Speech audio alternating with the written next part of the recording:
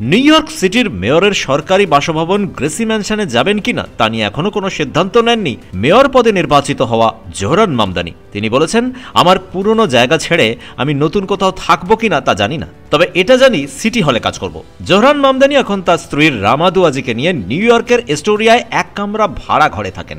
এস্টোরিয়ায় যে আবাসনে ভাড়া থাকেন সস্ত্রীক জোহরান মামদানি, সেই এলাকাটি বেশ সস্তা।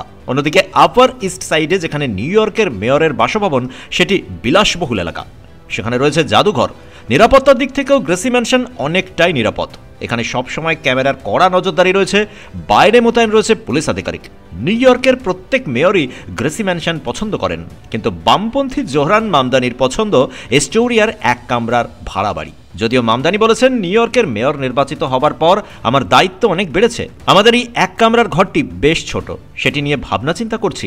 মামদানিরা যেখানে রয়েছেন সেই জায়গা এতই ছোট যে কোনো একদিন অ্যাপার্টমেন্টের সিঙ্ক ফুটো হয়ে জল বেরোতে শুরু করেছিল। জোহরান মামদানি নিজে তোয়ালে দিয়ে মেঝে চাপা দিয়ে ঘরে জমা জল বন্ধ করেছিলেন। নিউ ইয়র্ক সিটির আইন অনুযায়ী মামদানির বর্তমান 800 স্কোয়ার ফিটের ভাড়া বাড়িটিতে গরম জলের ব্যবস্থা রয়েছে ঠিকই, কিন্তু তার ঘরে কোনো ওয়াশিং মেশিন কিংবা জামা কাপড় শুকোনোর কোনো ব্যবস্থা নেই। প্রায় 96 বছরের পুরনো বাড়িটিতে শুধুমাত্র একটি লন্ড্রি রয়েছে। অন্যদিকে গ্রেসি ম্যানশনে নিউ ইয়র্কের মেয়রের জন্য নির্দিষ্ট করা যে বাসস্থান রয়েছে তা বিলাসবহুল। সামনে রয়েছে বিরাট বারান্দা, সেই বারান্দা দিয়ে নদীর দৃশ্য দেখা যায়। অজস্র ঘরের মধ্যে একটি মনোরঞ্জক ঘর রয়েছে, যেখানে রয়েছে একটি আগুনের কুণ্ড।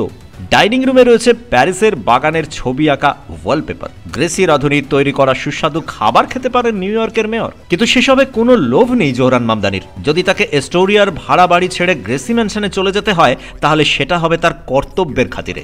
ব্যুরো রিপোর্ট, পূবের কলম ডিজিটাল।